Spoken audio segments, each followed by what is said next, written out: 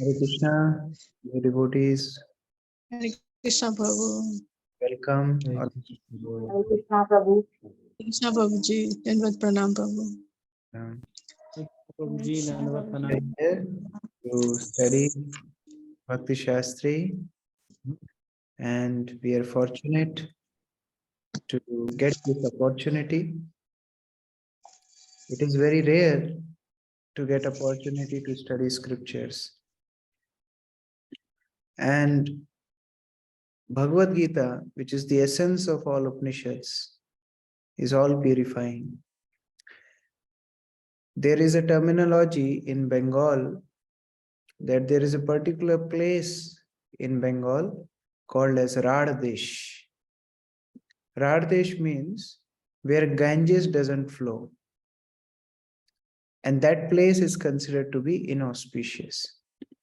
Wherever Ganges flow, that place is auspicious. Wherever Ganges doesn't flow, that place is considered inauspicious. Now, in last session, we studied how Bhagavad Gita is even more purifying than the water of the Ganges. Because by taking bath in the water of Ganges repeatedly, we may get purified. But just by listening to the nectar of Bhagavad Gita, our whole existence gets purified. Therefore, it is a great fortune. And as we say, icing on the cake, the best part is Srila Prabhupada's purports. Srila Prabhupada's explanation of Bhagavad Gita. See, Bhagavad Gita was there since time immemorial. Krishna gave this knowledge of Bhagavad Gita to Vivaswan. And then, if we talk about recent history, Bhagavad Gita was given to Arjun 5,000 years ago, approximately 5,400 around years ago. He was given this knowledge of Bhagavad Gita. But Bhagavad Gita, although it was available since thousands of years, and those who are from Indian background, they have Bhagavad Gita in their houses like since generations. And also there were so many translations of Bhagavad Gita in English and other languages. But if we see how many people took the teachings of Bhagavad Gita seriously, it is only the mercy of Srila Prabhupada that he made it so easy, he made it so practical to take the teachings of Bhagavad Gita. So we are very, very fortunate that we are coming in the parampara of Srila Prabhupada and we are getting this chance to study Srimad Bhagavad Gita. So before we start or before we continue further, I would like to hear from devotees what we discussed in the last session. Last session means not the last, means when we discussed from chapter 1, what all points you liked. Maybe you can raise your hands and devotees can share one point, just in short, just in brief.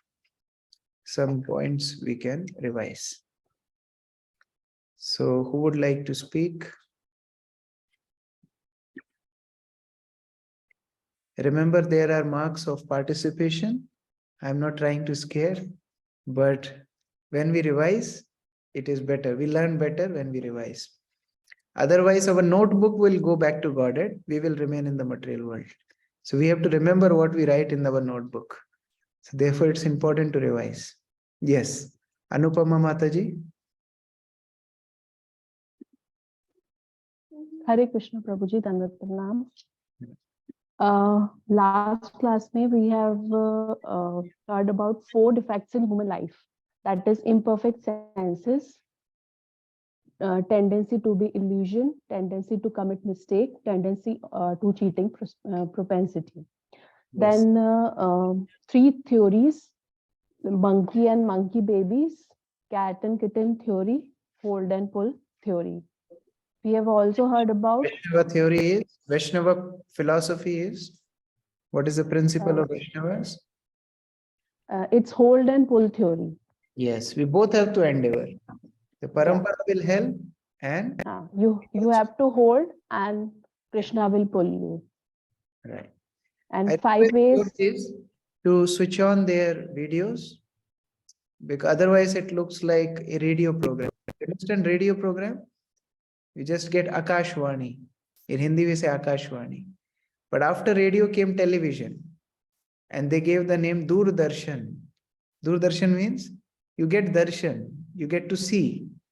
So please give your darshans and switch on the videos.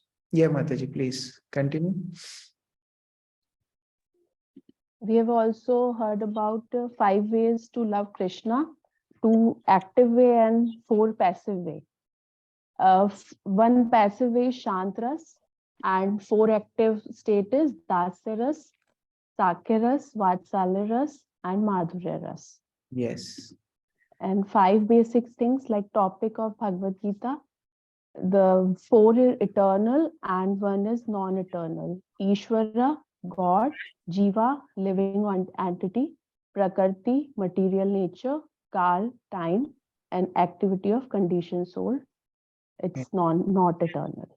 Yeah. Thank you, Mataji. Then I think you will cover the whole thing. There's so many points. Just on introduction, we can discuss for days and days together. But time is short and we have to cover a lot. So we are going in a summary form. So thank you, Mataji. Yeah. Namra Sita Mataji. Hare Krishna, Prabhu, Dhanvat Pranams. Prabhu, then Now we are discussing by seeing the notes, but eventually we will have habit of, without seeing the notes, we should recall what we discussed. So that way we will memorize things, and if we keep this in our memory, that will help us to remember Krishna. So yes, Namra Sita Mataji. yes, Prabhu. Prabhu, you told us that the first 6 chapters they deal with the Karma Yoga, and then performing prescribed duties and offering results to Krishna. That is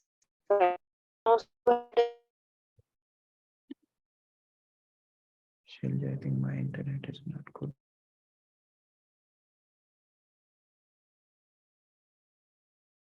but a particular act as per his karma, as per his guna, and then we start.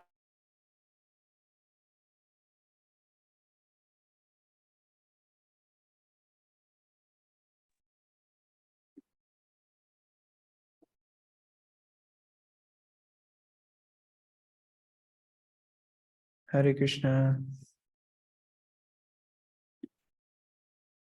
Yeah, sorry, my internet just cut off. Can you hear me now? Yes, Prabhuji.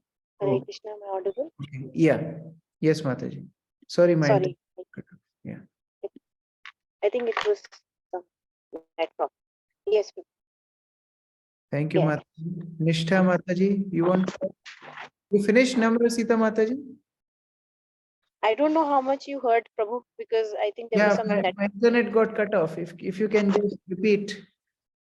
Yes, Prabhu. I was saying that you had mentioned about the first 6 chapters that deals with Karma Yoga, and before that you also had mentioned about one ashram. I don't know how, I can't relate like how you started one ashram topic, but it means engaging a person in particular act as per his karma, as per his guna, Yes. and then performing prescribed duties and offering results to Krishna. That is Karma Yoga. Yeah. So We discussed about Varnashram because the first 6 chapters deal with Karma Yoga. And Karma Yoga means engaging our tendency in serving Krishna. And that is the foundation principle of Varnashram. So therefore, we discussed about Varnashram. Can I speak, Prabhu? Yes. Yes, Mataji. Hare Krishna, Prabhu. Hare Krishna, everyone. So about chapter 1, Arjuna's observation, afflicted by moroseness and bewilderment. That's why it was a need for Krishna to speak Bhagavad Gita to Arjuna. And we see how Arjuna is observing the world and the Kuru's mind was only for politics and Duryodhana and his father, and that's all. Yes. That's why it was a need for Krishna to speak the Bhagavad. So we discussed this, the background of Bhagavad Gita, why Bhagavad Gita was spoken, what was the need. Thank you, Mataji. Nishtha Hare Krishna. Mataji. Hare Krishna Prabhuji, Dandavat Pranamam. Right. So I want to add one point that to understand Bhagavad Gita, it is very important to be a friend or a devotee. So, and we learned about some key points also, that we should reach to a spiritual master or have some authorized authority that can tell us about the Bhagavad Gita. We should not hear it from a Mayavadi philosophy or someone else. It should be very authentic. Yes. Yeah. Thank you so much, Mataji. That's the right spirit of understanding Bhagavad Gita, and there should be right source of receiving Bhagavad Gita. Like when you have to have a nice crop, the land has to be fertile and the seed has to be powerful. Imagine if seed is powerful, seed is very potent, but land is not fertile, it will not work. If land is very fertile, but seed is not potent, then it will not work. So both has to be there. There has to be combination of good seed and fertile land. Thank you, Mataji. Yes, Vyasdev Prabhu. Hare Krishna Prabhu. I was just taking this note that while explaining the chapter 1, you mentioned that how Arjuna surrendered to Krishna. So until and unless one doesn't surrender to Krishna or the Guru, the real knowledge cannot come. And also you explained about the yoga. Yoga means addition, means adding the activities of Krishna in our life. And Yeah. then, yeah, I remember one thing. The first verse you explained that how Dhritarashtra was asking about Mamaka Pandavas Chaiva. So he was like, it was explained as it is a skin disease, because he was completely surrounded by I, me, and mine. And second thing was tendency was connected with the bodily aspects. So these are the 3 points I would like to share. There are other, but So this is a very important aspect, that Dhritarashtra was completely in the bodily consciousness. He was mostly concerned about his own sons and he wanted them to rule, and therefore he was in anxiety and he expressed that. Thank you, Prabhu. Then next, yes, Venudhari Prabhu.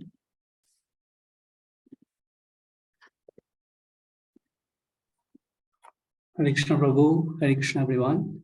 So once again we learn from chapter 1, you say that all the names, people can ask why we are learning about the names, all the different participants who are participating in the war. So why we are learning all this name, all the name of the conscious? This is because they are connected to Krishna, and everything which is connected to Krishna is spiritual. This is one point. Thank you. Yes. So anything which is related to Krishna is spiritual. It is Dharma Kshetre because Krishna was present. It is the place of pilgrimage because Krishna was present. And therefore we are discussing all the subject matter. It is told in Chaitanya Charitamrita, Siddhant Baliya Chitte na karo alas, ya hoite Krishna lagi sudrida manas. Don't be lazy to learn the philosophy of Krishna consciousness. Because when we learn this philosophy, then what happens? Sudrida manas, Krishna lagi sudrida manas. Our attention, our consciousness, our mati gets fixed on Krishna. Therefore, it is very important. Yes. Rasamrita Prabhu.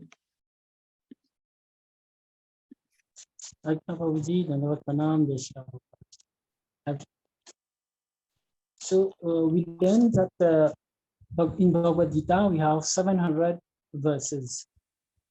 Out of the 700, one was spoken by King Dhritarashtra, 41 is spoken by Sanjaya, and 84 by Arjuna, and the remaining 574 by the Supreme Lord, that is Shri Krishna. Yeah, this is a distribution of verses where Arjun, an interesting thing is Arjun speaks less and Krishna speaks more. So when we hear, we should hear more, speak less. Sometimes when we go to a spiritual master or our superiors, and suppose they give us appointment for 10 minutes, and 9 minutes, 55 seconds, we just tell them what we are doing. And then we leave last 5 seconds for them to say, yes, very good. So, so it's very instructive in Bhagavad Gita, the way Arjun asked very pertinent questions and let Krishna speak. Yeah. Thank you, Prabhu. Any other point? Yes. Varat Krishna Prabhu.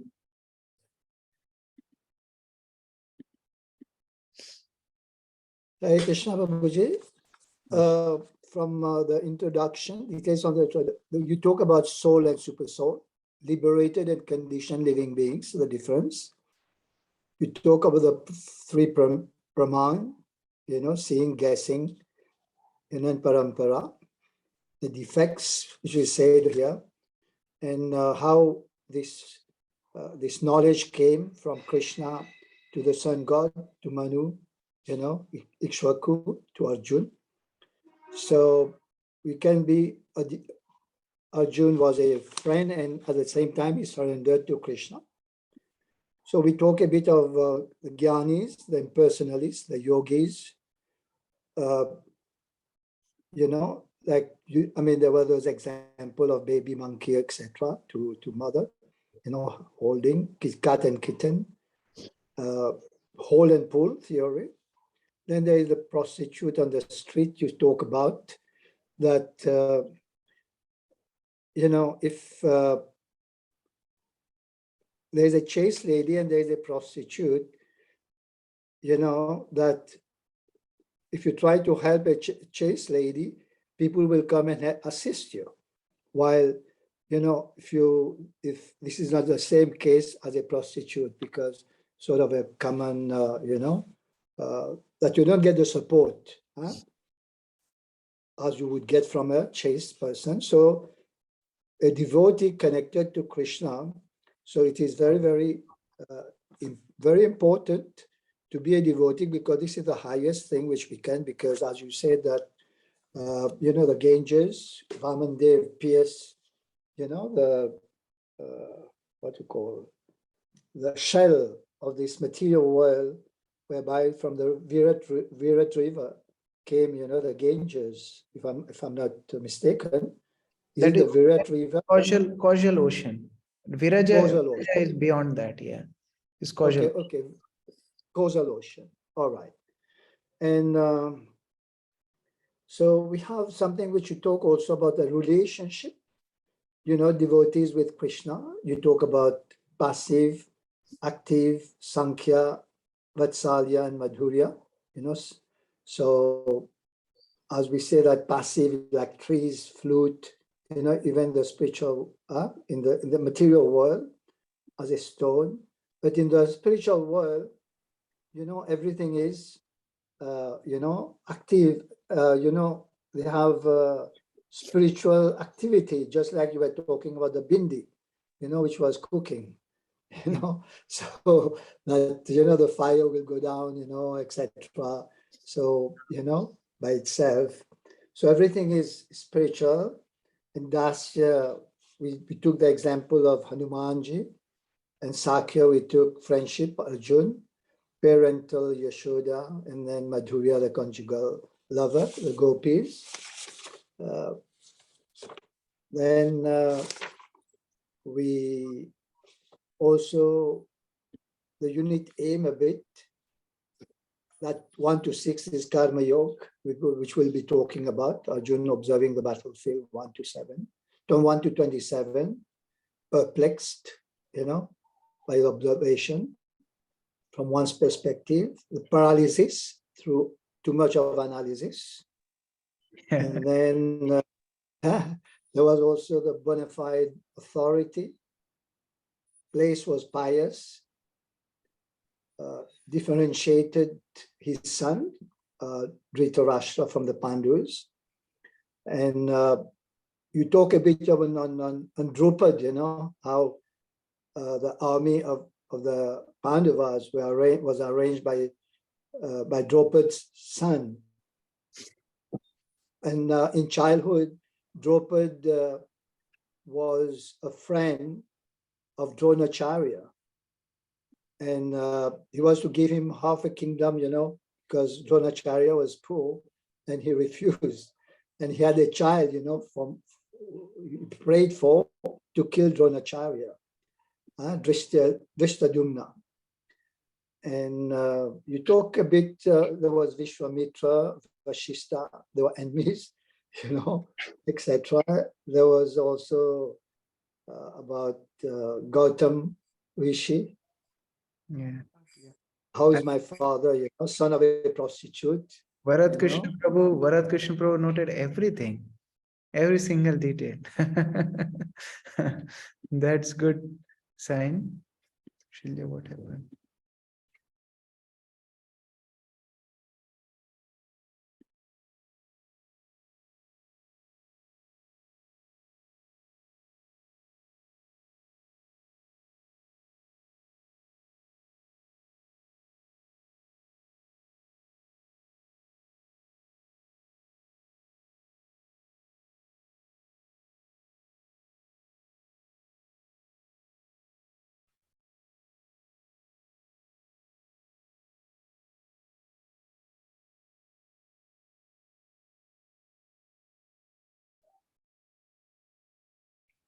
Hello. Hare Krishna. Can you hear? My internet is very bad. Hare Krishna. Yeah.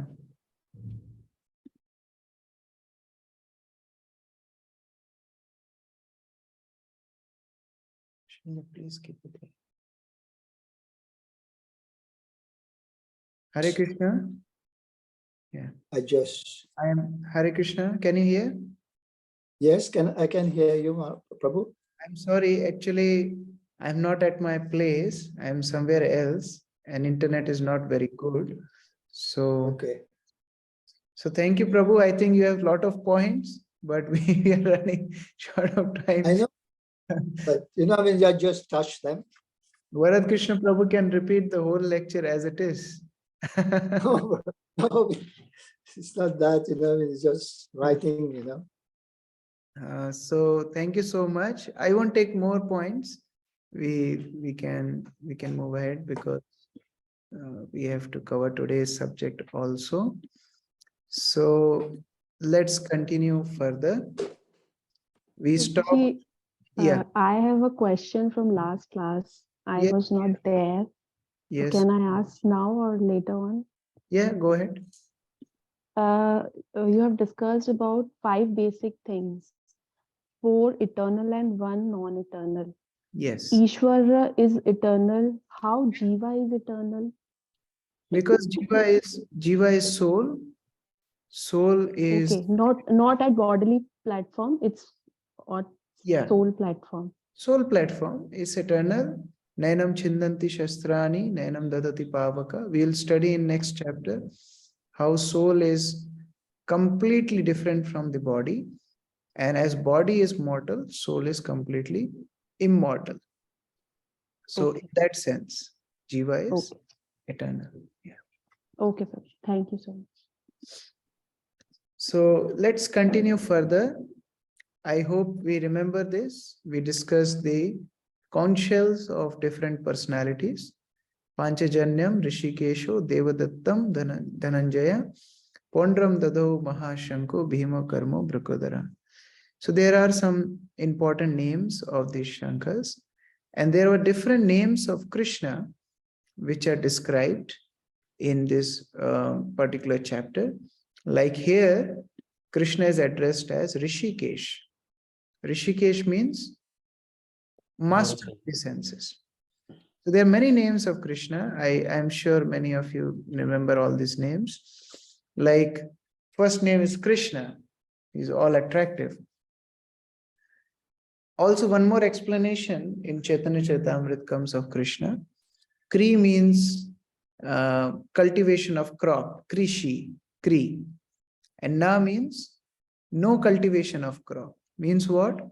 This cultivation of crop is compared to the fruitive activities. So when we surrender to Krishna, there is no foundation of fruitive activities. There is purely Krishna's shelter. So like that, Krishna, but the main explanation of word Krishna is akarshati, sarva akarshati iti Krishna. Is all attractive. Rishikesh, master of the senses. Madhava, we will study this name in the subsequent slides.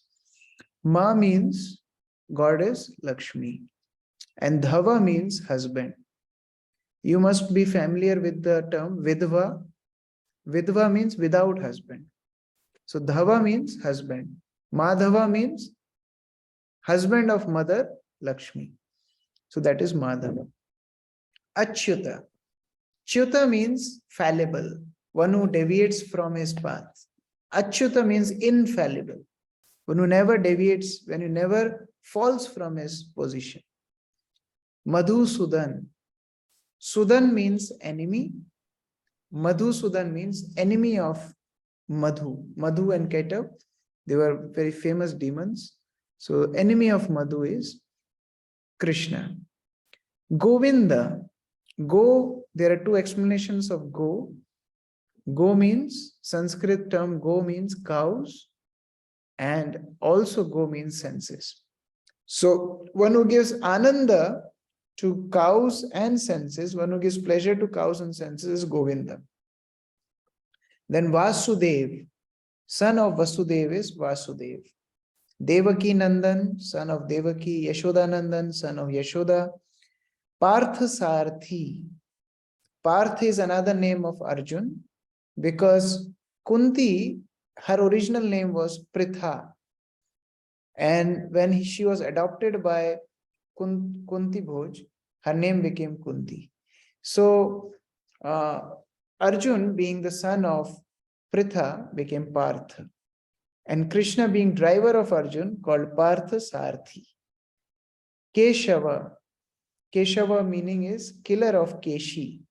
Keshi was the last demon sent to Vrindavan by Kansa, and killer of Keshi is Krishna. Janardana. Janardana means maintainer of all living entities. Then there are few names of Arjun. Dhananjaya. Dhan means wealth. Jaya means conqueror. So conqueror of wealth, because Arjun procured a lot of wealth for Yudhishthir for doing sacrifices. So he was known as Dhananjaya. And Partha, as we discussed, son of Pritha. And Gudakesh. Gudakesh means one who can conquer his sleep. And there is one name of Bhima which is given in this chapter, Vrikodara. Udar means stomach. Udar, Damodar. One who is tied on the stomach is called Damodar. So Udar means stomach. Vrikodara means one who has big stomach, means voracious eater. But another explanation is one who can do Herculean tasks. So these are few names of Krishna, Arjun, and one name of Bhima. So till now what we discussed is Dhritarashtra's inquiry to Sanjay. We also discussed how Duryodhan went and tried to instigate, passion in Dronacharya and other army on his side, and he compares both the armies. And we also discussed how to encourage Duryodhan. Bhishma blows his conch shell, and then others also blow, like Krishna and Pandavas. They also blow their conch shells. We also saw that how Arjuna requested Krishna to take him between the two armies because he wanted to observe the armies. So we saw till this point. Today we will see how Arjuna observes, and after seeing different kind of relatives, he becomes overwhelmed with compassion. Of course, this compassion is not Vaishnava compassion. This compassion is compared to materialistic compassion. We'll discuss about it. And we will also study 4 main reasons which Arjuna gives for not fighting. So we'll go in these details in this chapter.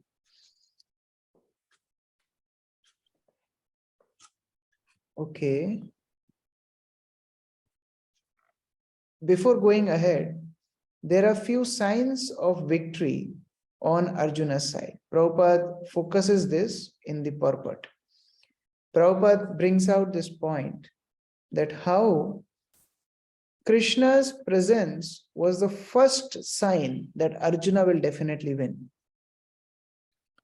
Second point is, wherever there is Krishna, there is Lakshmi, because Lakshmi, goddess of fortune, is wife of Krishna.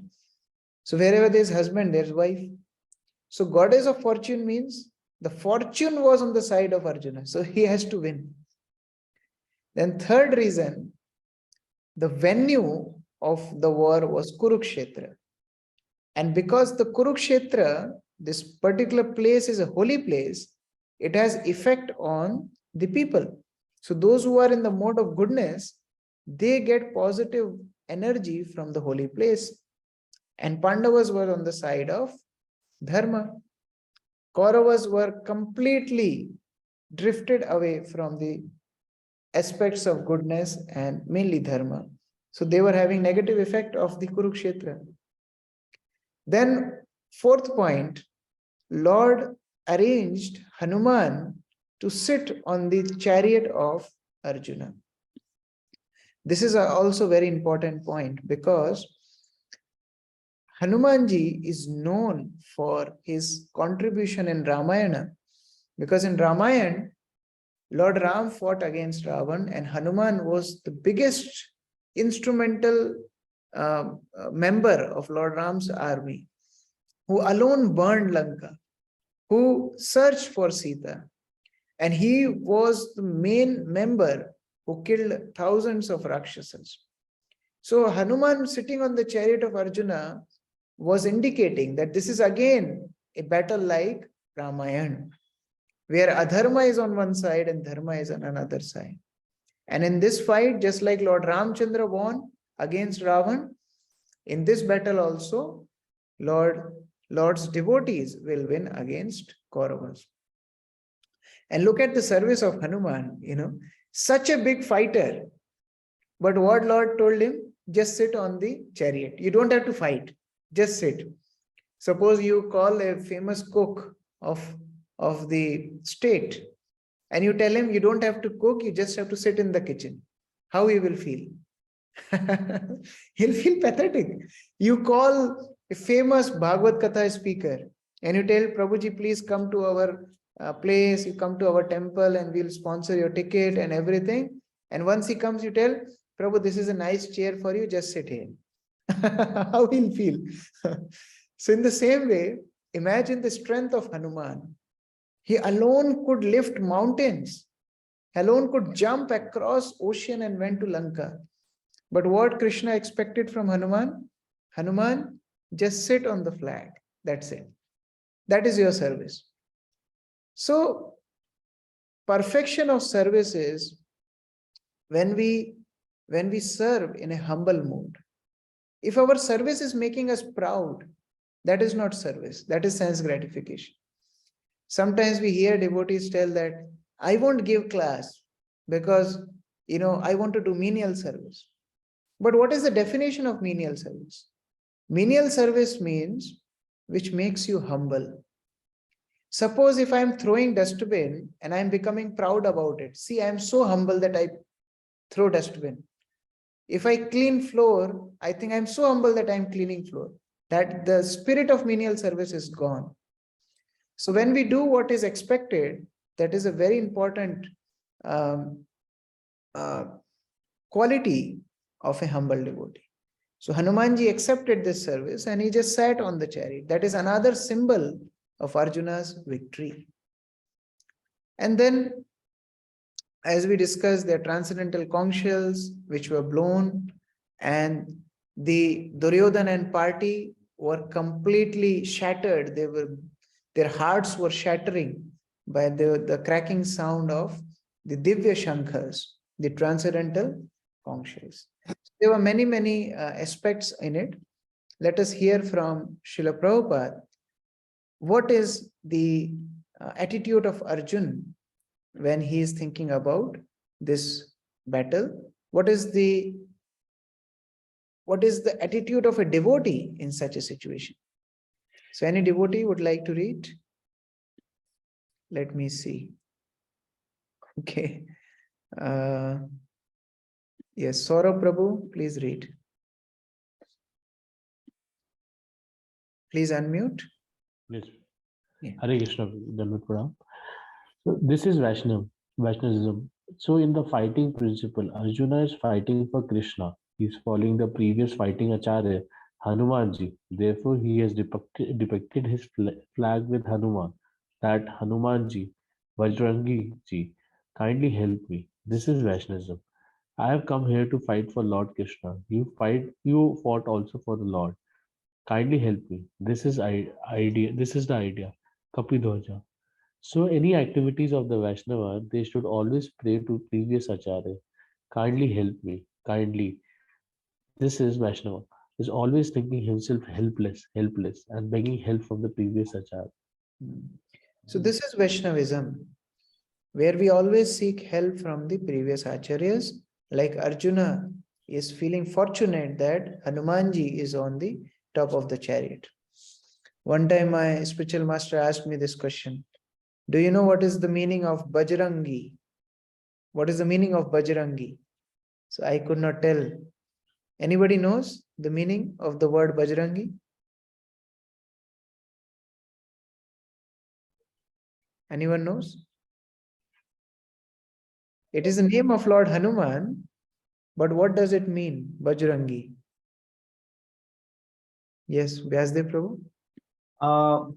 His body is just like the same as the power of Vajra, which Yeah. Indra is carrying. Vajra is thunderbolt, which Indra's weapon is called Vajra. And Angi means his Anga, his body is like Vajra. He's so powerful. Therefore, his name is Bajranga, Bajrangi. So like that, Arjuna was feeling fortunate that he is having the blessings of the Lord and he's also having blessings of the great devotee Hanuman. So now Arjuna, as we discussed, requested that, my dear Lord, please take my chariot between the two armies. I want to see who all are present there. He knows who all are present, but still he want to observe. That I want to know what's happening. Now, in one sense, he's ordering the Supreme Lord. Although Arjuna is addressing Krishna as Achyuta, Achyuta means infallible. So he knows he is Supreme Personality of Godhead. But still he is ordering the Supreme God. This is love between devotee and Krishna. His beautiful purport Srila Prabhupada gave to this verse 22. Prabhupada tells that Arjuna is a pure devotee. He does not have, he has no desire to fight. But he wants to see, like, can he avoid this war? He wants to see, the army, that is fine. But he wanted to make sure that, is it really happening? I have to fight. And for that, he orders the Supreme Lord. And look at Sri Krishna, he takes this order with so much pleasure. He becomes the servant of his unalloyed devotees. People say, God is our Father. God, please give us our daily bread. That relationship is good. But look at relationship here, where devotee becomes superior to the Supreme Lord. Nobody is superior to the Supreme Lord, but devotee gets that position by the mercy of the Lord. And he's ordering that, please take me there. We see in Chaitanya Charitamrita, this example is given, where Sri Chaitanya Mahaprabhu goes to South India. And when he goes to South India, he goes to one temple and he sees one Brahmana is reading Bhagavad Gita inappropriately. Inappropriately means Shuddha Shuddha Gita Padi Guru Agyamani. He says he was reading Gita sometimes correctly, sometimes incorrectly. And other Brahmanas who are very scholarly, as we know in South India, they are very scholarly. They know Sanskrit and their pronunciation, they're very scholarly. So they were telling him, why are you reading inappropriately? They were making fun of him. So Chaitanya Mahaprabhu went him and asked, look, you don't know Sanskrit that well. You can't pronounce well. And people are laughing at you. Why are you reading this? And he says, Guru Agyamani. I am just reading it because my spiritual master told me to read. It doesn't matter, I am reading it correctly or not. So Chaitanya Mahaprabhu asked, okay, tell me, what did you understand? Why are you crying? What makes you so emotional about Bhagavad Gita? What you learned? He said, I don't understand much. It's too complicated for me. But look at this photo. Supreme Personality of Godhead has become driver, charioteer for his devotee. And the devotee is ordering him and he is carrying out the order. By thinking this relationship, I am crying. Chaitanya Mahaprabhu told, you understood the essence of Bhagavad Gita. You don't need to understand anything else. You understood? Of course, he doesn't have to write Bhakti Sastri exam. So for him, that was enough. But for us, we have to understand everything nicely. But the essence and spirit of Bhagavad Gita is the relationship between Krishna and his devotees. So finally, Krishna takes him in between the two armies. And then Lord Rishikesh means who is the master of senses. He tells that Partha, Arjun, just behold this army. All Kurus have assembled here. And especially see Bhishma and Drona. Krishna actually forced Arjun to see his grandfather and his spiritual master, his guru.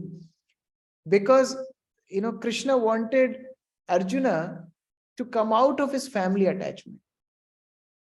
He knew that Arjuna, when he will see Drona and Bhishma, because Arjuna was pet grandson of Bhishma.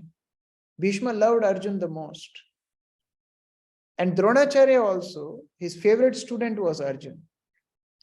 So when Arjuna saw both of them, he saw all the relatives, but especially Dronacharya and Bhishma, Arjuna became very emotional. And in that emotion, the subsequent verses will come where Arjuna will tell, I can't fight. So Krishna wanted this to happen because that was the foundation for Bhagavad Gita. Suppose if Arjuna was, okay, I will kill everybody, then there was no need of Bhagavad Gita and we would never get that knowledge. So Krishna wanted that to happen. So he intentionally told in presence of Bhishma and Drona, look nicely. And Arjuna is told here as Gudakesh, as we discussed. Gudakesh means one who conquers his sleep. Very big tapasya. Today is Ekadashi. People can control food to some extent. Of course, in ISKCON, we have Ekadashi pizza, Ekadashi whatnot, dosa, and so many things.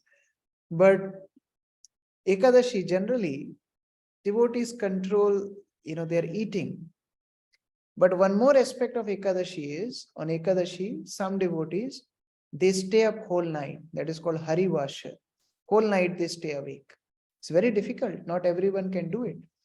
And if somebody does it also, next day, you can't see them. In morning program, you can't see them the whole day because they're sleeping. They're covering the sleep.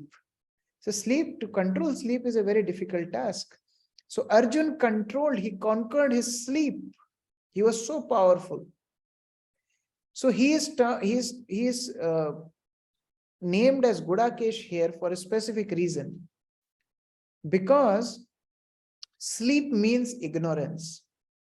So Arjuna actually overcome ignorance just by being devotee of Krishna. And now Krishna is doing all this drama not because Arjuna was in ignorance, because he wanted to help us through Arjuna. Therefore, Krishna was arranging all this. And he told, behold this, look at this army. So Arjuna was seeing all the relatives. And these are few relatives which Arjuna saw. Pitran. Pitran means fathers. Fathers means not father exactly, but father-like, like uncles, actually.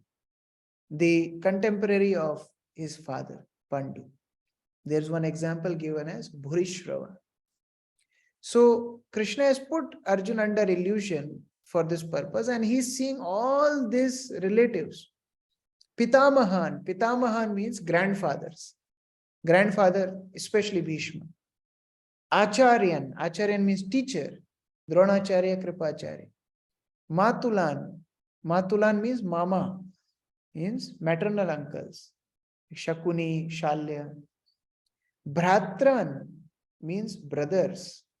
Duryodhan, Karna, Vikarna, etc. Putran, sons, not Arjuna's direct sons, but sons like sons of Duryodhan, sons of Karna, etc., etc. Grandsons. Sakhims, friends. Ashwathama was Arjun's friend because they studied together. Swasur, father-in-law. Draupadi was Arjuna's wife, and Drupad was on the he was fighting. So Drupad he saw. Actually, Drupad was on the side favorable to Pandavas. He was favorable to Pandavas, but seeing him, he saw that they will also die. That was the main purpose. See, in battle, both sides die. So he was seeing that they will also die. And Surida means well-wishers. So he was seeing all these relatives, and he was thinking that in battle, all these people will die. So Arjuna started to think that how can I save them? See, this is an illusion. When we start thinking that we are the doer, kartaham iti manyate. When we start thinking that we are doer, that makes our materialistic life more and more complicated. And here Arjuna is thinking in the same way. He is thinking that I have to save all of them. And there his misplaced compassion comes. So this is the first reason why Arjuna became bewildered. Compassion. This compassion is not a good compassion. This is misplaced compassion. Although it is called as kripaya, but kripa here, compassion here is not in positive sense. It is in a negative sense. Because when he saw, he became overwhelmed with compassion. Can you give some example of misplaced compassion? Where compassion became a reason for bondage. Any example? Hare Krishna, Prabhuji. Yes, Saurabh. Prabhuji, when, for example, when we, when we, in the COVID times, when we were seeing people at the, railway station or, without food, we get many times we get compassion for them that, they have no food and they are old. So this is one example. And many times we also have a compassion for if we have a child, that how we pamper a child a lot. So in that case also, exactly. we have a compassion. First example will become a bondage. So I suppose you give money to somebody, you felt he is in need, and he uses that same money to break into your house. So that is misplaced compassion. Another example which you gave of child is very appropriate. Sometimes child may become very adamant. I want to eat ice cream. He said, no, beta, now it's winter season, you'll become sick. We had a lot of ice cream at Venudhari Prabhu's house. So children ask, you want to eat ice cream? And his mother has to tell, no, you can't take ice cream in night, you take in daytime. Because for their good. But you feel compassion, no, let me give ice cream to them. And they are poor children. What happens? They become sick, then you have to sit whole night in hospital. Misplaced compassion. Okay, Shalya Pyari.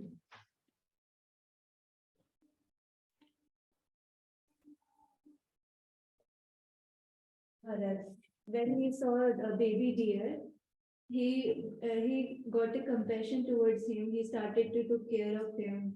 And then after that, he was very attached to him that he has to take another birth. Very appropriate example of Bharat Maharaj.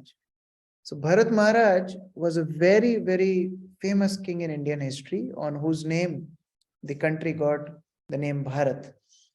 So Bharat Maharaj left his kingdom, his wife, his children, his own children.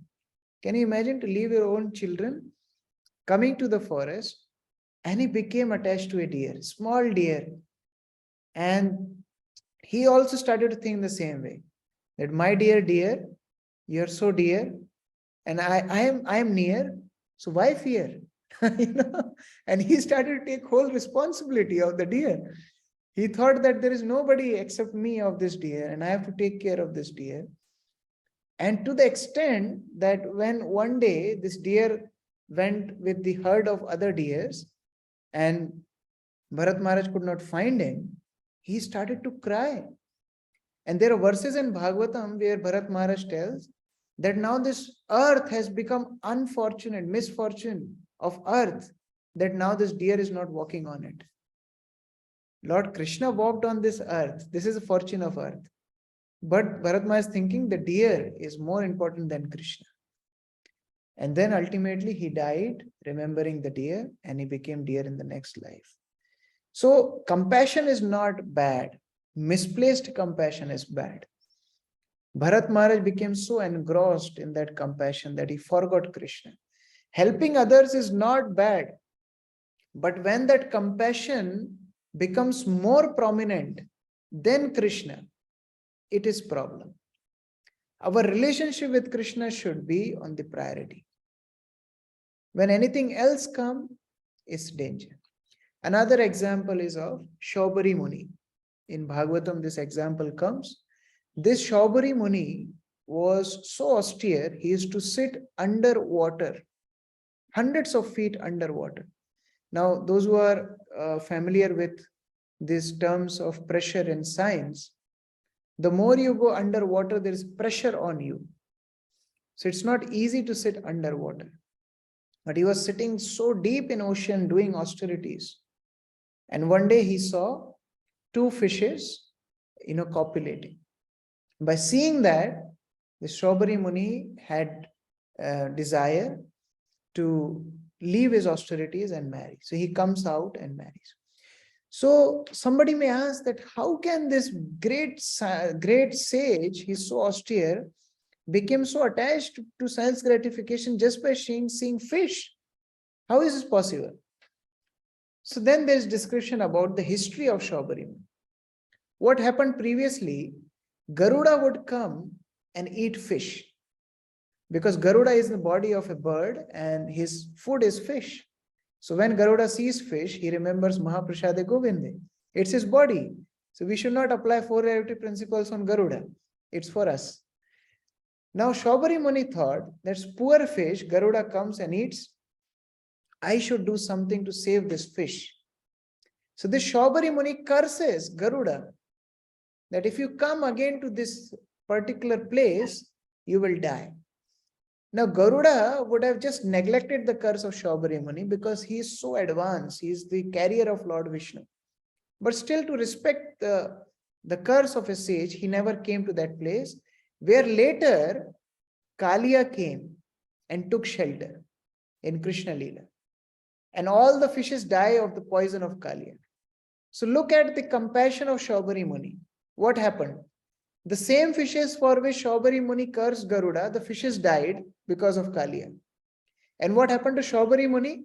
His austerities, everything he left, he came out and married 50 women.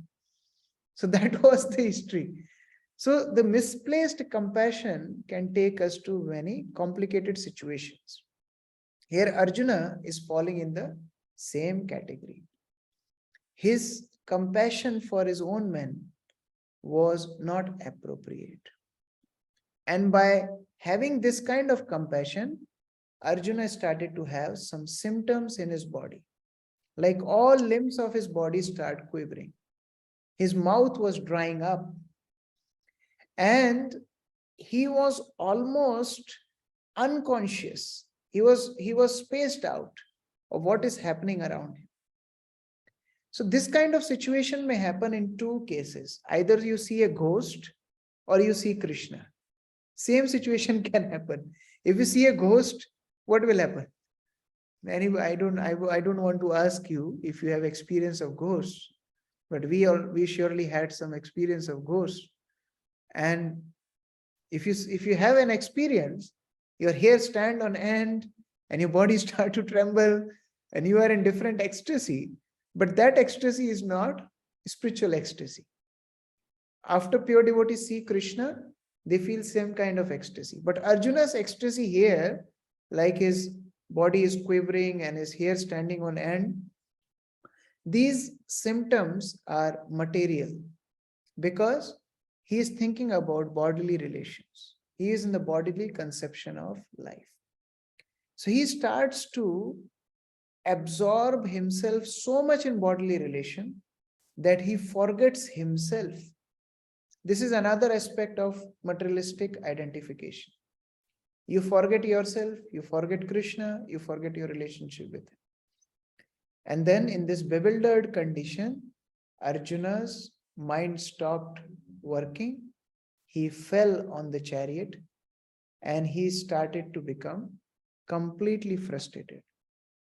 He thought, I can't help anybody. I can't help myself.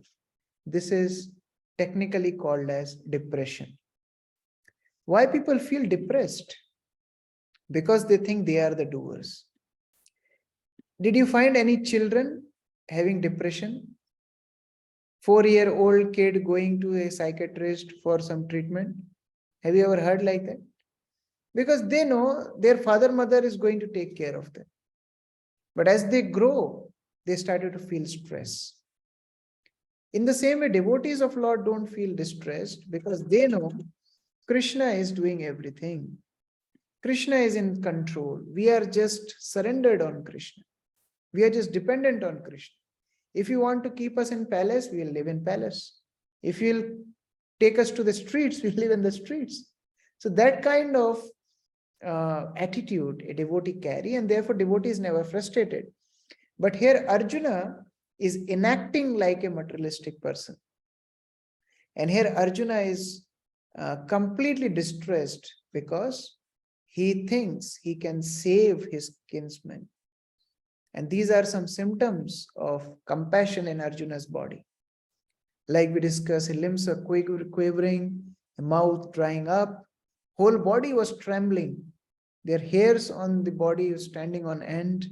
Hands, he left his Gandiva, he left his bow. His skin was burning, his legs were shaking. And in this condition, he forgot everything. This is called as weakness of heart. Devotees are not weak. There is difference between weakness and softness. Devotees are soft, but they are not weak. Like Prahlad Maharaj. When Hiranyakashipu challenged, Prahlad, from where you are getting this strength? Prahlad very humbly tells, from the same place where you are getting strength. Our source is one, Lord Vishnu. He is speaking the truth with firm conviction, but with humility. This is devotee. Harshness is never a part of Vaishnava culture. Devotees are always soft, but they are not weak. Like Sahajiyas, materialistic people, they are weak. When you go to them, you give them prasad, they will appreciate. Yes, I like prasad. And when their friends come and they said that come with us, we'll go to a liquor party, they will go there also. They are weak-hearted. But devotees are firm in their principles. They know that we can't sacrifice Krishna consciousness for the cheap material enjoyment. So there is difference between weakness and softness. So Arjun here became weak. He became weak from his conviction. That was the first one, compassion. Second point, enjoyment. Arjun is thinking about his enjoyment. Kim bhogair. Can somebody read? Yes, Usha Mataji, would you like to read? Okay, Yashodanandan Prabhu, please read. Oh, good. Can I read, Prabhu? Yeah, please go ahead. Read, please.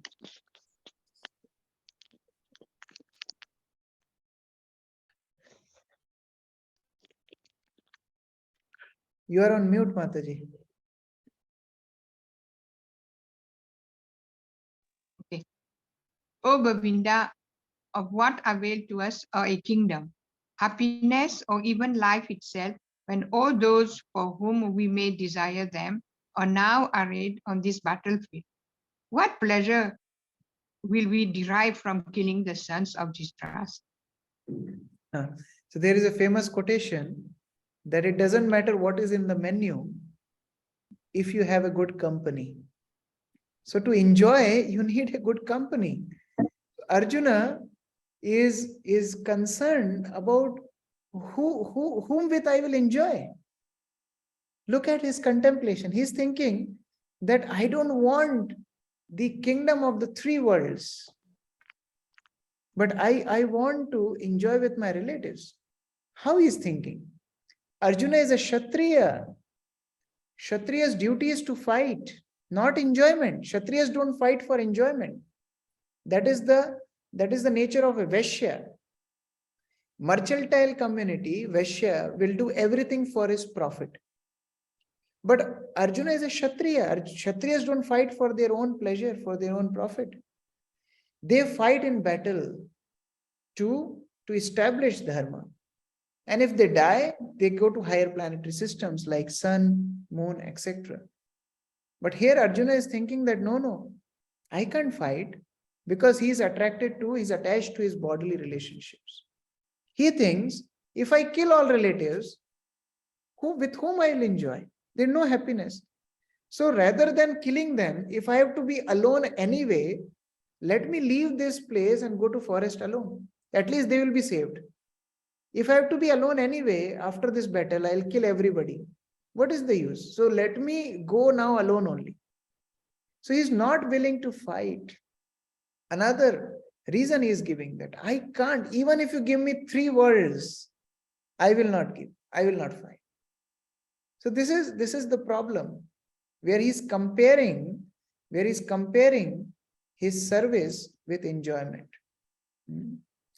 Now imagine if a boy goes on lunch with his girlfriend, and as they are waiting for the lunch to come, they are sitting with each other, and this boy, he tells his girlfriend that, there was another girl in my school. She is not here. I wish she would be here. How his girlfriend will feel? She will just leave him and go. You're remembering somebody else. I am sitting in front of you and remembering some old friend from school. How he'll feel? Krishna was feeling the same way. Krishna is there, he's telling him to fight, and for whom Arjuna is thinking, oh, my relatives, they will go, with whom I will enjoy. Arjuna, I am sitting with you. You will enjoy with me. You are my devotee. But he forgot everything. This is material illusion. If you satisfy the senses of Krishna, whole world gets satisfied. He is the root of the tree of the material world and spiritual world. If you water the root, whole tree get nourished. So if you satisfy the senses of Krishna, whole world will get satisfied, Arjuna will get satisfied. But what Arjuna is thinking, no. If my relatives will not be there, with whom I will enjoy? So that is the second point of Arjuna, enjoyment. With whom I will enjoy? Yes, Yashodanandan Prabhu, would you like to read? Everyone wants to show his opulence to friends and relatives, but Arjuna fears that all his relatives and friends will be killed on the battlefield, and he will be unable to share his opulence of the victory. Yeah. Yeah, please read ahead and continue. Can complete. He is thinking, Krishna is not so important. My family is important. Although he is devotee, therefore Kanishta Dikari, in the lower stage. In the lower stage of devotion, one may be interested in Krishna consciousness, but his real interest is how to improve this material life. So that is the difference between material and spiritual. Material life means where we give more preference to others than Krishna. Spiritual life means where Krishna becomes the center. We give utmost priority to Krishna. So here Arjuna is thinking about others and not Krishna. He's thinking about his own enjoyment, which becomes his second reason for not fighting. Third reason, sinful reactions. He thinks that I will get so much sin, killing my own guru, killing my own superiors like Bhishma. I can't do that. So he becomes very attached and he says that I can't take all this sin. But Prabhupada writes in purport that they were aggressors. If you have these kind of aggressors, you can kill them. 6 types of atatai, aggressors. One who gives poison, you can kill him. Like for example, one time Srila Prabhupada, when he was a Grihastha, he went to see Srila Bhakti Siddhanta Saraswati. And he was very attached to hear from Srila Bhakti Siddhanta Saraswati. So as he was in the mutt, there was one snake. And as devotee shouted, snake, snake, snake, Srila Bhakti Siddhanta Saraswati came on the roof and he told that, kill it. And all brahmacharis killed the snake. So Prabhupada was thinking that why my Guru Maharaj told to kill a living entity? And then later on he found out that the poison giver, like snakes or scorpions or even human beings who gives poison, can be killed. Even saintly, Prahlad Maharaj also tells this, that even saintly persons, they relish the killing of snakes and scorpions like living entities. So poison giver can be killed. Second one who sets fire to the house, you can kill him. One who attacks with deadly weapons, even in modern constitution and law, this self-defense, there is a provision of self-defense. If somebody is attacking with deadly weapons, you can attack, you can retaliate. Fourth one is one who plunders riches, hard-earned money. One who plunders is an aggressor. Fifth one who occupies our land, with force or with inappropriate means. Fifth. And the last one who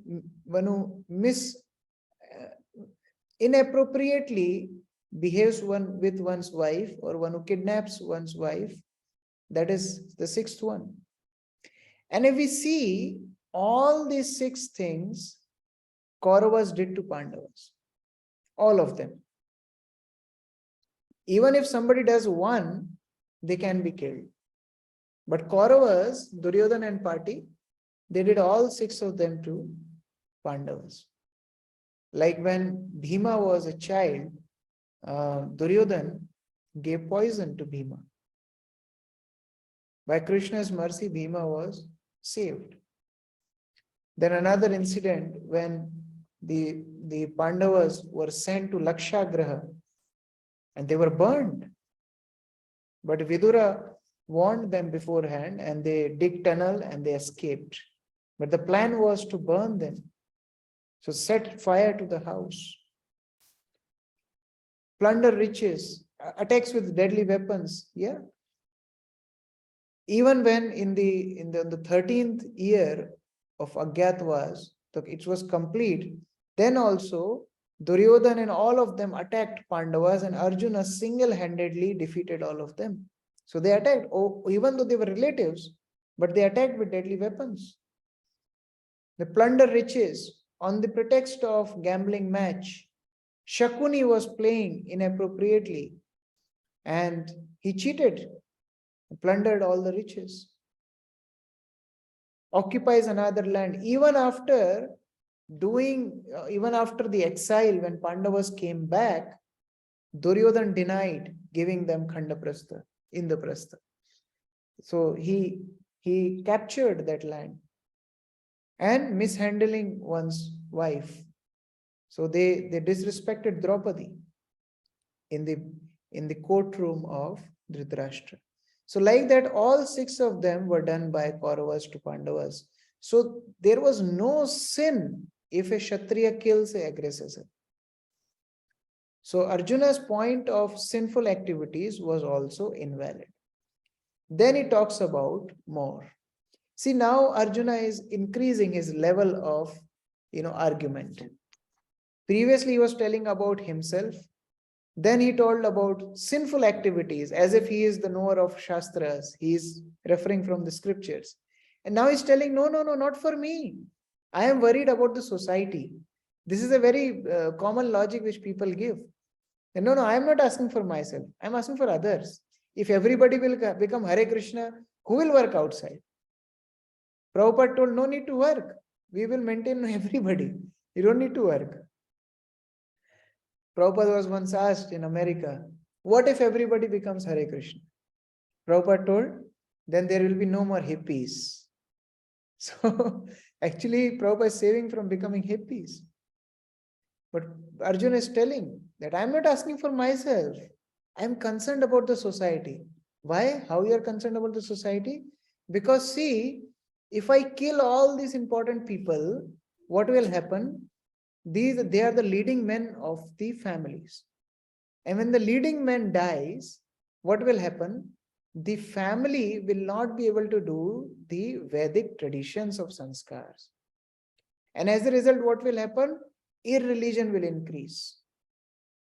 And the widowed women, they will be used by other men. They will become polluted. And when they will give birth to children with inappropriate procreation, they will call as Varna Shankar, unwanted progeny by mixture of castes. So when there is no sanskar, that type of children is called Varna Shankar. Actually, now everybody is Varna Shankar. Whose parents, it's a strong statement, but actually we are the product of lust of our parents, who actually did, proper sanskaras, and they came together and they attracted a pious soul. So everybody is Varna Shankar, but Arjuna is concerned, no, there will be Varna Shankar. And then people will go to hell and forefathers will suffer. So many arguments. He is thinking he's so smart, he will outsmart Krishna, but nobody can outsmart the Supreme Personality of Godhead. So like that, Arjuna is giving different reasons for not fighting. And he is very concerned of others. Krishna is thinking that Arjuna, think about yourself, don't think about others. But he's saying, no, I have to save the society. And therefore I am asking.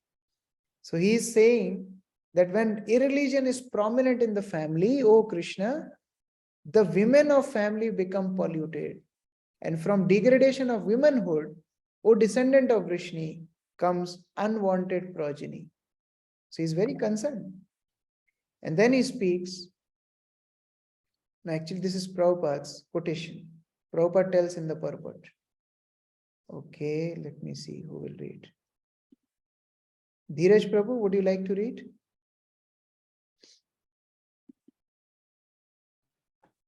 As children are very prone to women are very prone to tradition. According to Chanakya Pandit, women are generally not very intelligent and therefore not trustworthy. Wow, controversial statement. Arjuna is so concerned about women. He's thinking that if women will be alone, they will be polluted. And Prabhupada is writing in purport that women are not very intelligent and therefore not trustworthy. It's a heavy statement. How to justify this? Any thoughts? It's a heavy statement. People may challenge us. Especially women, we may feel very bad after reading this. So how to justify this statement? Anyone? Hare Krishna Prabhu. Yes, Namrasita Mataji. Yes, Prabhu, women are not considered to be trustworthy. This is because they are very emotionally weak, and so anybody can easily, divert them from their actual duties and also can mislead them because they are emotionally weak. That is their nature, actually. Right. It's a very important point Namra Sita Mataji brought up, that women by nature are very emotional. Just like a child is emotional. It's nothing wrong about the child. But if you send a child to market, anybody can cheat him. So that way they are not trustworthy. It's not that the problem in character of the child, but they are very emotional. Thank you. Yes, Varat Krishna Prabhu. Yeah, I mean, they are soft women, and at the same time, they care. But sometimes, as Prabhupada says, that most people are innocent and ignorant. So when one is aware of the instructions of the Bhagavad Gita, then there is no difference between men and women, because those women who take to Krishna consciousness, they are equally, because a soul is not male or female.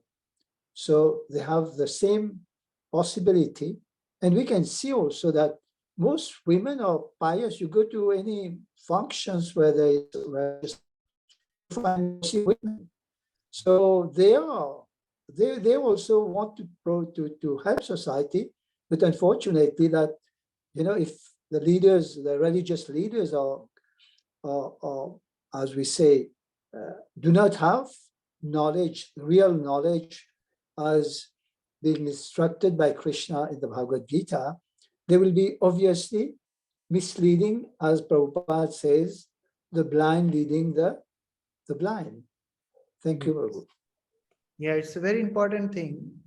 Is when it comes to the knowledge of Bhagavad Gita, then there is no distinction between man and woman.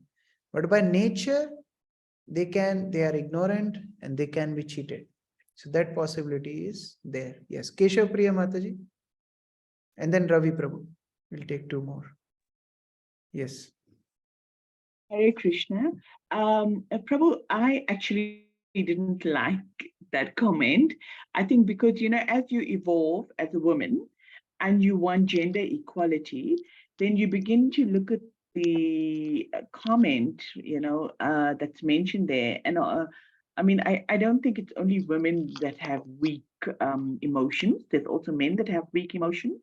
And I think now the ISKCON movement is having, or rather accepting more women guru, Guru Maharaj is generally a male, and now there are a few women gurus, and it becomes more attractive to women, because I think with the evolution of mankind and equality and gender equality, sometimes people who read this particular chapter stop reading it, and they don't want to join the Hare Krishna movement because they feel that if Prabhupada felt that women are weak and whatever, the sentiments that were raised from the first speaker, Namrasita Devi, doesn't come immediately into your mind. It's just that, wow, this is like it's sexist, and it's if you're a feminist woman and you're working and you hold a high position or whatever, fine with me, you might think that it's egoist, but I think that this particular statement doesn't really bode well for, or didn't really bode well for the Hare Krishna movement, because I've had lots of, I'm Hare Krishna and people say, oh, but women are supposed to be inferior to men. And I think I wanted to just highlight that might be a statement that just pushes people down. Thank you very much, Hare Krishna. Thank you, Mataji. I agree, and I'll have a little thoughts on it. You see, therefore, there is need of proper teacher with a book. When we talk about spiritual knowledge, three things are very important. One is a proper school, proper teacher, and proper book. Like in university, we can't just read a book and become a doctor. We need a proper teacher. So these statements have a background. Just like there is a common misconception that Varnashram is a caste system. And no matter how much you try to explain people, they that Varnashram is caste system, but it's not. Now, if we go deep in the scriptures, even not deep, if we read them properly under a teacher, we understand that it's not caste system. Similarly, when we talk about this statement, we have to understand that it's just talk about the nature of a body. See, like in Vedic tradition, women were not equal to men. They were above men. They were not equal. They were treated more respectfully than men. When brahmacharis would go to house to beg, they would call Mate, Bhadram, Bhiksham Dehi. They would address with such a respect. There was no yajna, no religious practice done without women sitting on the yajna, to the extent when Sita was not available, Ramchandra had to make a golden Sita to complete the yajna. That was the level of respect women was given in Vedic times. This concept of inferiority and equal rights is coming from Western countries. Because if you see European history, women were not allowed to make friends. Women were not allowed to go to the clubs. Women were not allowed to go to the social functions. And if they go to social functions, women were not allowed to speak. If you look at European history, you can see these facts. And with that suppression, this aspect of women equality came from the West, and somehow they think that ISKCON or Vedic tradition is also treating women as inferior. But if we read our scriptures, we find how respectfully they are dealt. Whole battle of Mahabharata is fought for whom? Because Draupadi was disrespected, and Draupadi told Bhima that I want these 400 sons of Dhritarashtra killed. Whole battle of Ramayana was fought for whom? For Sita. That was the level of respect given to women in our Vedic scriptures. But not having that background, people may feel that these statements are rational, racist. And here you see, Prabhupada is just speaking about the body. Like women have that tender body, like Krishna has a tender body. That doesn't mean Krishna is inferior to anybody else. He has tender body.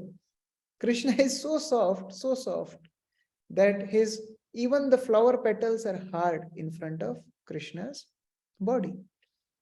So that doesn't mean that Krishna is inferior to Kansa, because Kansa is very hard and harsh and he can kill many people, and Krishna is very soft tending cows. So in the same way, women has their own nature. And as Varat Krishna Prabhu told also, that when it comes to Krishna consciousness, there is no distinction. So of course, this topic is very hot topic and we can discuss it for hours, but we won't go in detail now, maybe some other time. Let us read this quotation from Srila Prabhupada. Rasamrita Prabhu, would you like to read?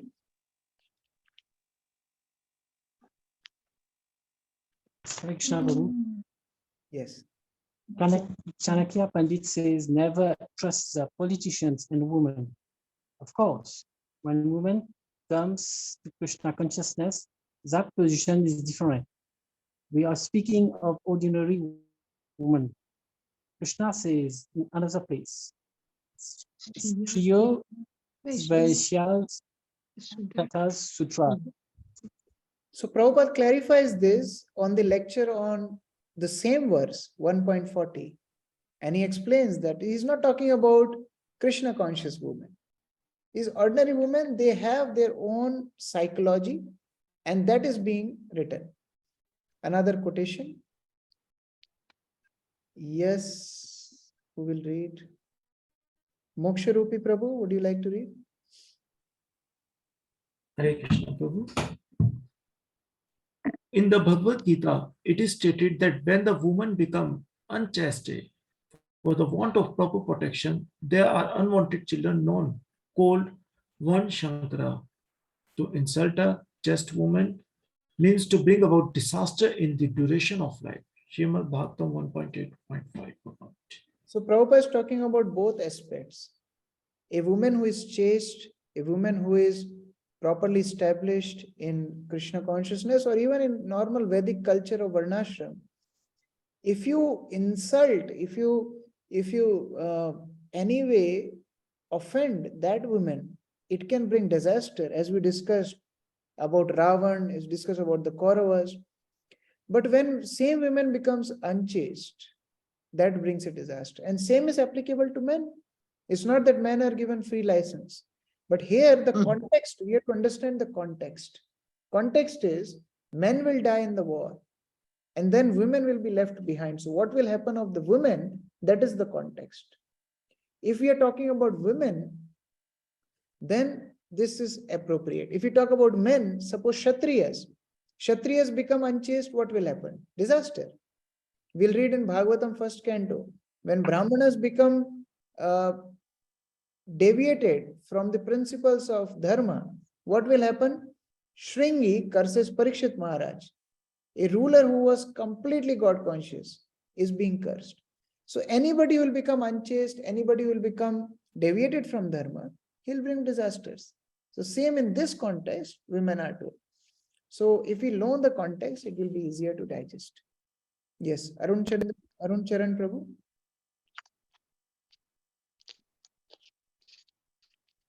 Hare Krishna Prabhu. Just wanted to share one pastime of Srila Prabhupada, if it's okay, regarding this particular topic where Prabhupada says that women are less intelligent and cannot be trusted.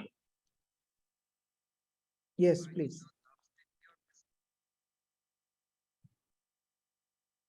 We can't hear you, Prabhu.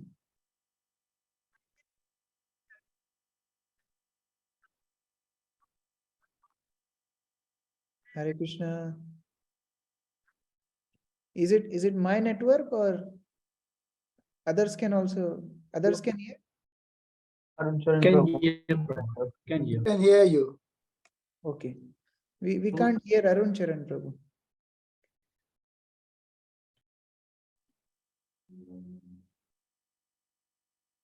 I think there's a problem at his end, maybe we can continue. Right. To fix it up. Okay, I am back. May I continue? Reincarnation. Yes, Arun Charan Prabhu. So just wanted to share one pastime of Prabhupada about this topic, about women. Prabhu, I think your network Cannot be trusted. is not good. This lecture, Very poor. usually Yamuna Mataji used to say. We can understand properly. So maybe you can send a voice note in the group, or if your network is good, we can take at the end of class. Huh?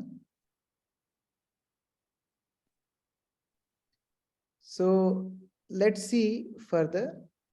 As Arjuna was determined by all these logics, he gives up his weapon. Now, weapon is compared to knowledge in Bhagavad Gita, sword of knowledge. When one gives up his weapon means when one gives up his knowledge. So Arjuna gives up his all good intelligence and is determined. He doesn't want to fight. Let's read from Prabhupada's quotation. Okay.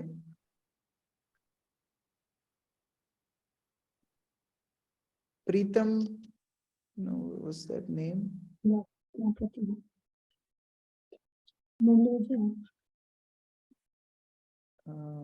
Yeah, Diya Mataji, please read. Hare Krishna Prabhu. Yes.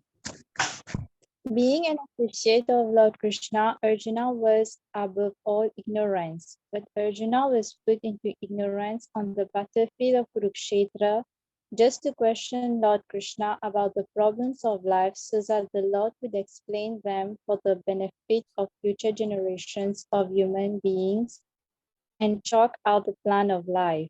Then men could act accordingly and perfect the mission of human life. So, as we discussed before also, we should not be thinking that look at Arjun, he has so many doubts and he is counted as devotee, so he is not a devotee. Or else, even if I have this kind of situation, it's fine, even if Arjun had. Arjun is doing all this drama just because Bhagavad Gita has. And this Srila Prabhupada repeatedly told in his purports that there are these saintly qualities of Krishna, of Arjun.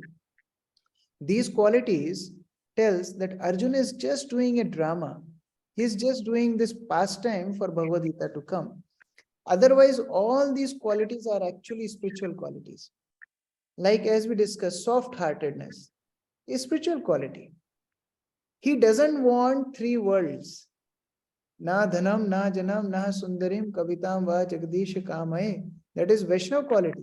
That I don't want to kill for my own sense gratification. I don't want the three worlds.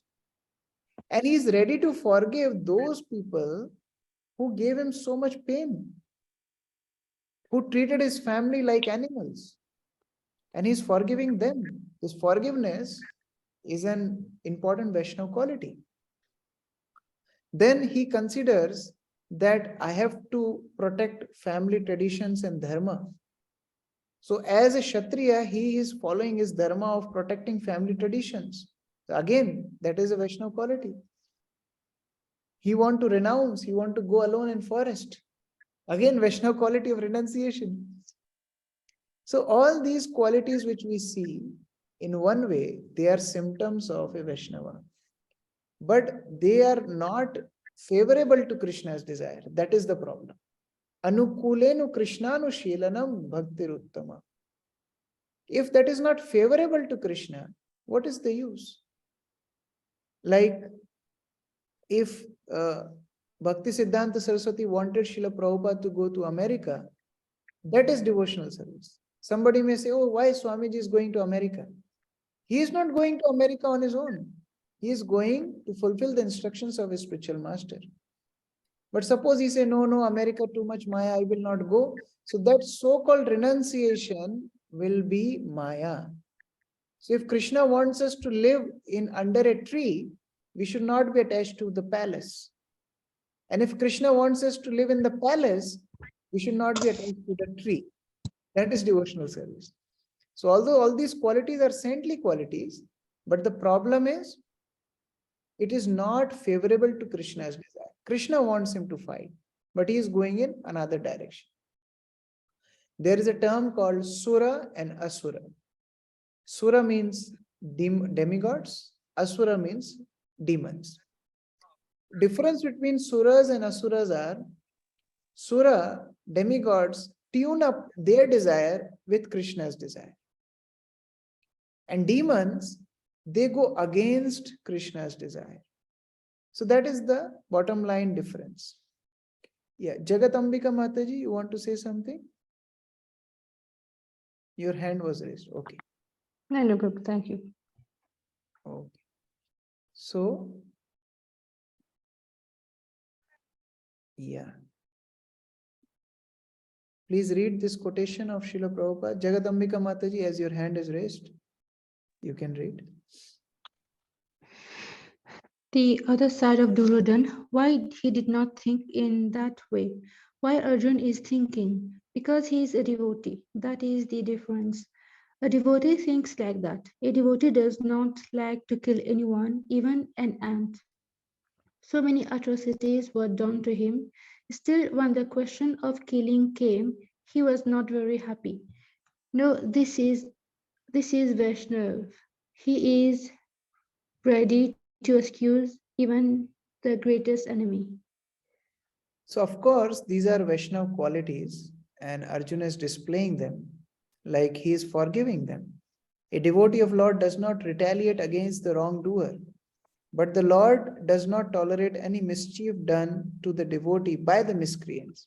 The Lord can excuse a person on his own account, but he excuses no one who has done harm to his devotees. Therefore, the Lord was determined to kill the miscreants although Arjun wanted to excuse them. So although Arjuna was compassionate, that's fine, but Krishna wanted them to be killed. And therefore, Arjun has to fight. So these were the main logics which Krishna was determined to, because he can tolerate any offense to himself. He is tolerating. He is giving all facilities to living entities, then also they are oblivious to his presence. They are offending his authority. Then also he is tolerating it. But Krishna cannot tolerate. No, he cannot tolerate any offense to his devotees. Usha Mataji, would you like to read this quote? Please unmute. Hare Krishna Prabhu. Yes. If you insult his devotee, the devotee may excuse, but Krishna will not excuse. This is Krishna's position. Therefore, be careful to insult a devotee. A devotee may excuse you, but Krishna will not excuse you. Krishna is so strict, he cannot tolerate any insult to his devotee. Therefore, this arrangement of fighting Arjun wanted, no, let them be excused. Krishna wanted, no, you must fight, you must kill them. So we see this example in Srimad Bhagavatam also, where Durvasa offends Ambarish Maharaj. And Durvasa thinks he is a grihastha, what he will do, I have some mystic powers, I can kill him. And he produces a living entity, and so much happened. And then when Sudarshan Chakra was chasing Durvasa Muni to kill him, Durvasa Muni goes to Brahma, he goes to Lord Shiva, and finally he goes to Lord Vishnu. And he tells Lord Vishnu that, please help me, save me from your Sudarshan Chakra. And what did Lord Vishnu tell? Sorry, I can't help you. Aham bhakta paradhina. I am under the control of my devotees. You have offended my devotee. How can I help you? So Krishna cannot tolerate these insult, these offenses to his devotees, and therefore he was determined to kill. So in summary, these are the reasons for Arjuna's not fighting. Today we discussed these four main reasons.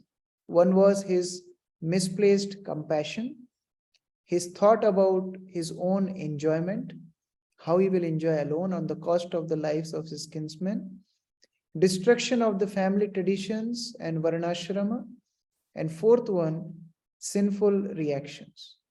Tomorrow, or not tomorrow, next Monday, we will see how, after speaking all this, Arjuna comes to the condition of indecision. He was not knowing what to do. Completely perplexed and bewildered, he surrenders to Lord Krishna. Krishna gives him mild chastisement, and then Krishna starts to give the instructions of Bhagavad Gita. So we'll continue next Monday. Let us wind up with a quotation of Srila Prabhupada. So who will read this?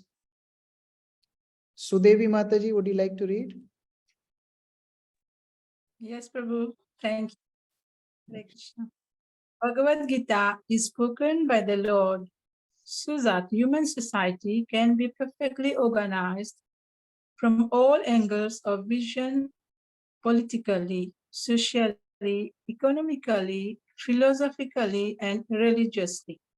From any point of view, human society can be reformed by the Krishna consciousness movement. Hare Krishna. Jagat Guru Srila Prabhupada ki jai. Any questions? Hare Krishna. Yes. Yes, Prabhu, I have one question. Yes. Should I ask? Yes, please. Prabhu, regarding Drupad, I just want to know that being the father-in-law of Pandavas, that how he was fighting against them.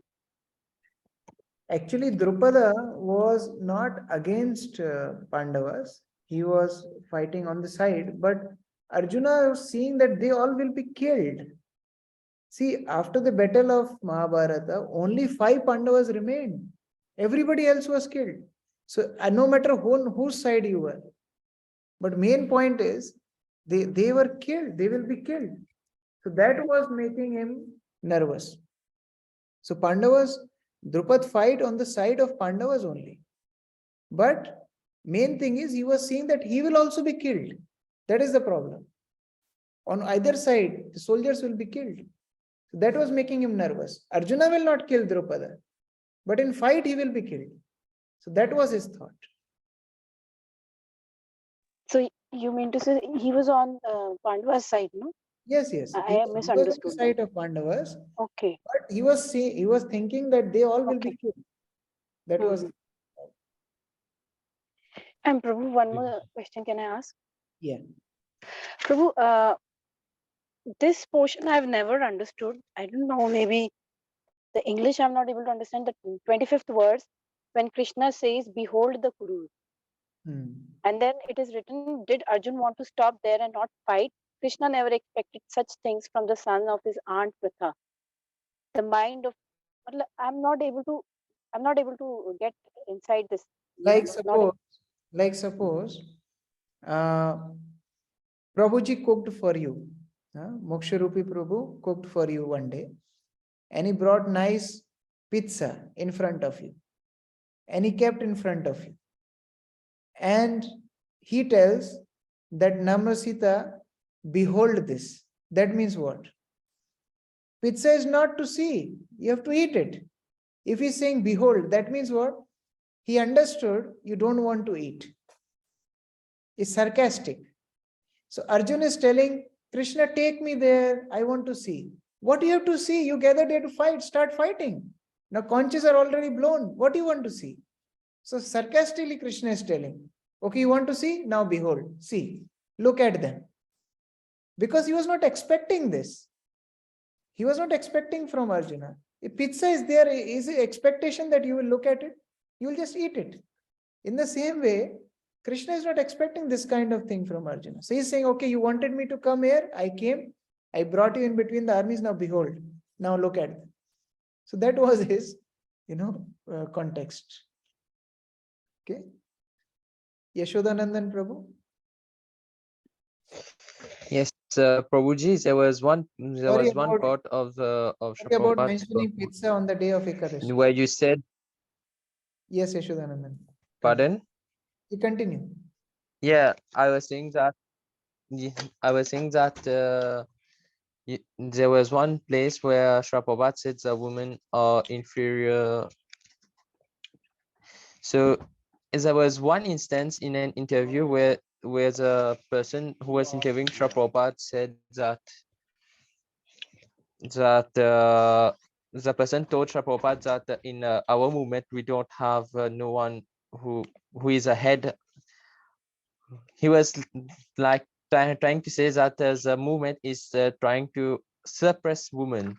Then Shri Prabhupada in one stance said that in order to show that the woman has that potential, he said that who is a Ministry of Education in our Vedic society, and then the person couldn't respond, and then there was one lady there.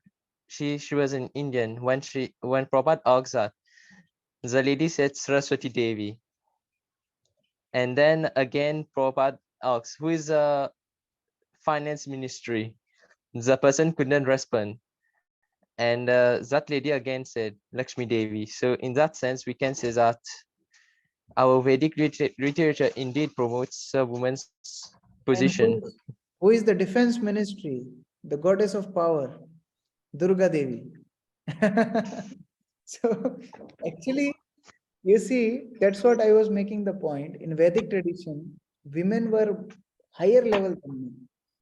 Like when you keep employees, the boss doesn't work, employees work. So the poor man has to go out and work, and the lady is the owner of the house, the boss of the house. Why she want to come down? That is not Vedic tradition. When I went to Jagannath Puri with my spiritual master, he met a new couple. They were recently married, and this couple went to take some instructions. And I was thinking, what instruction Guru Maharaj will give. But he told to the husband, he said, you earn And he told to the wife, you spend. That is my instruction. So the boss of the house, that is Vedic tradition. And the main responsibility is, you see, raising children is the biggest responsibility. That is the work of a guru. That is guru, to give proper character to the children. Otherwise, who will shape them? Schools can't give that education. Society can't give that education. So that way, mother was way beyond respected in Vedic tradition. And as I discussed, this is all coming from Western influences. And if we read our scriptures, we understand what is Varnashram Dharma is. So like that. Thank you very much and see you on Monday. And I request you to kindly study second chapter, 44 verses, first 44 verses. Just read the translations, and if you can read with purport, because you have 3-4 days, that is best. See, like we completed till first chapter. So if you read as we are going ahead, that will help you to grasp it better. So I will request, if you read as we are going ahead, if you read those verses in your own time, that will help. Therefore, Bhakti Sastri class, we generally do 90 minutes to 120 minutes, that is fine. But rest of the time we should utilize to read that particular section which we discussed in the class, so that subject matter goes deep in our consciousness. Thank you very much. Srila Prabhupada ki Jai, Bhagavad Gita as it is. Jai Hare Krishna Prabhuji. Hare Krishna.